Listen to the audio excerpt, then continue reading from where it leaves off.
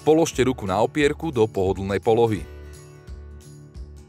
Posunte opierku ruky nahor alebo nadol, aby ste ruku položili do stredu ortézy. Vrchnú chlopňu preložte cez ruku.